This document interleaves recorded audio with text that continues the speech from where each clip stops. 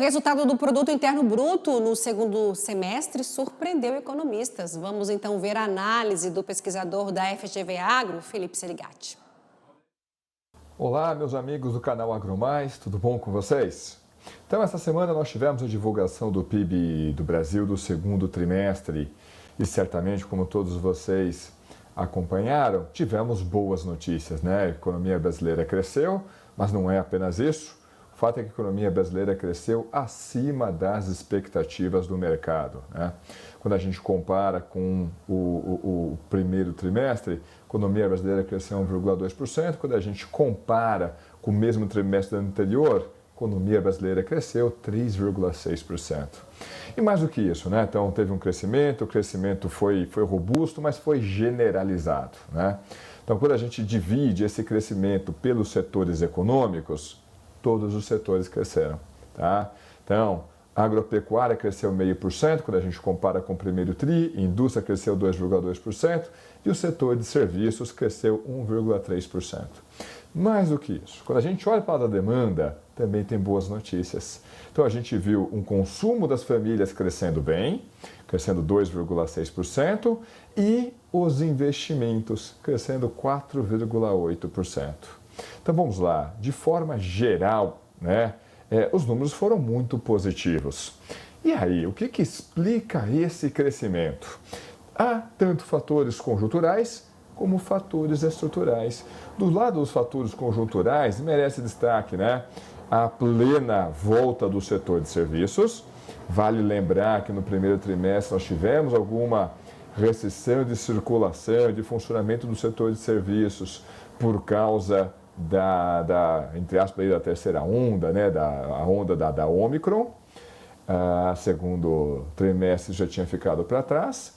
E também por injeção de recursos, né, antecipação do 13º, o saque ali do FGTS, isso naturalmente se traduz numa demanda mais aquecida.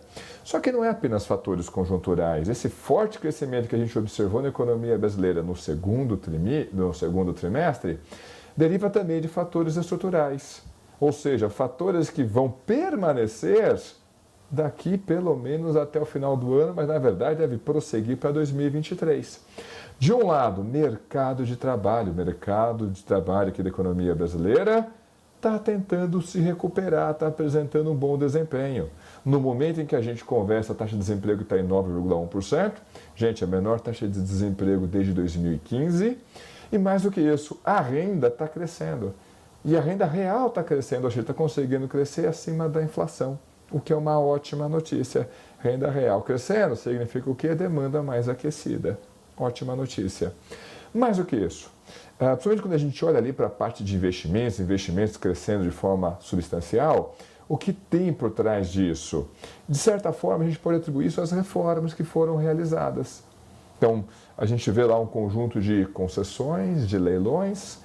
Isso significa que, olha, existe um conjunto de investimentos que vão ser realizados praticamente independente do que aconteça na economia brasileira. Por quê? Ora, porque está no contrato da lei do leilão, no contrato da concessão daquele bem público, o que é uma ótima notícia para a economia brasileira, não apenas agora, com os números que nós estamos vendo, mas também pensando lá em 2023. E veja que me sinto super confortável com essa hipótese de que essa melhora que temos observado no mercado de trabalho também está associada à reforma trabalhista. Ano passado a gente via essa recuperação concentrada nos informais, só que agora, em 2022, essa recuperação também tem se dado no mercado de trabalho formal, o que é uma ótima notícia. E isso deve permanecer não apenas agora no curto prazo, mas também lá em 2023. Então, o primeiro semestre foi bom. O que nos aguarda quando a gente olha daqui até o final do ano? Esse crescimento mais acelerado deve prosseguir, seja porque os fatores estruturais estão ali, devem permanecer, são estruturais, mas também porque uma parte do conjuntural talvez até ganhe algum reforço, né?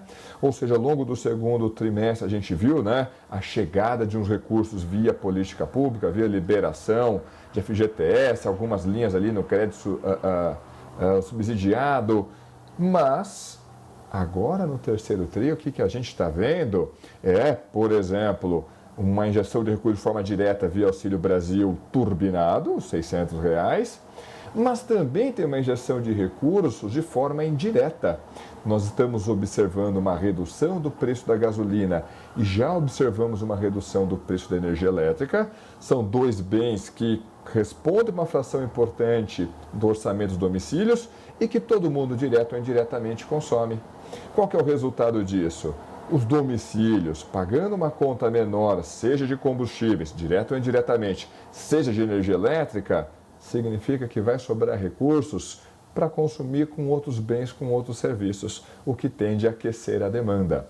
Em outras palavras, pensando em 2022, veja que nós estamos enxergando diversas instituições financeiras revisando as suas projeções de crescimento, sei lá, para 2,5%, algumas até se aproximando de 3% para esse ano.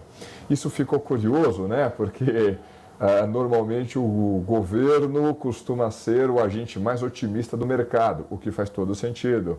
Só que a projeção de crescimento de 2% para 2022 que o governo fez está ficando abaixo do piso das atuais projeções. Em outras palavras, gente, o crescimento para 2022 parece que será robusto. Para 2023, tem uma série de acertos a serem realizados. Parte dos fatores estruturais vão permanecer, mas tem uma conta a ser paga lá em 2023. Mas para 2022, praticamente nós temos um crescimento robusto garantido. E o agro? Porque a gente viu em alguns segmentos da imprensa, puxa vida, né? Será que o agro está com algum problema? O agro foi o setor que menos cresceu.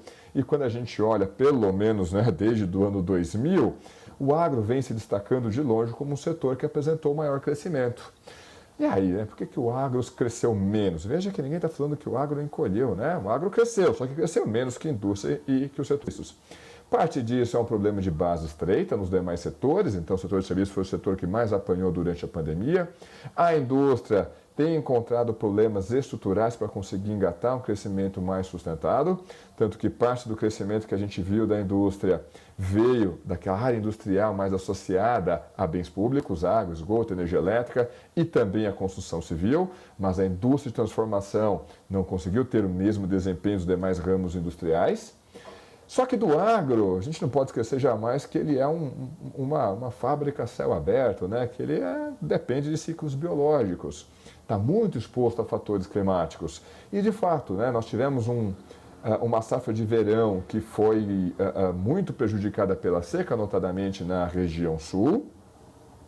E, mais do que isso, né, teve um ponto aí que eu acho que ficou faltando em algumas análises.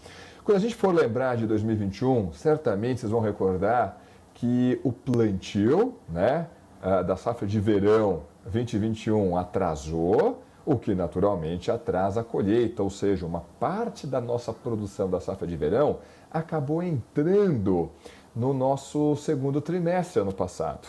Então você teve lá uma base mais larga, né?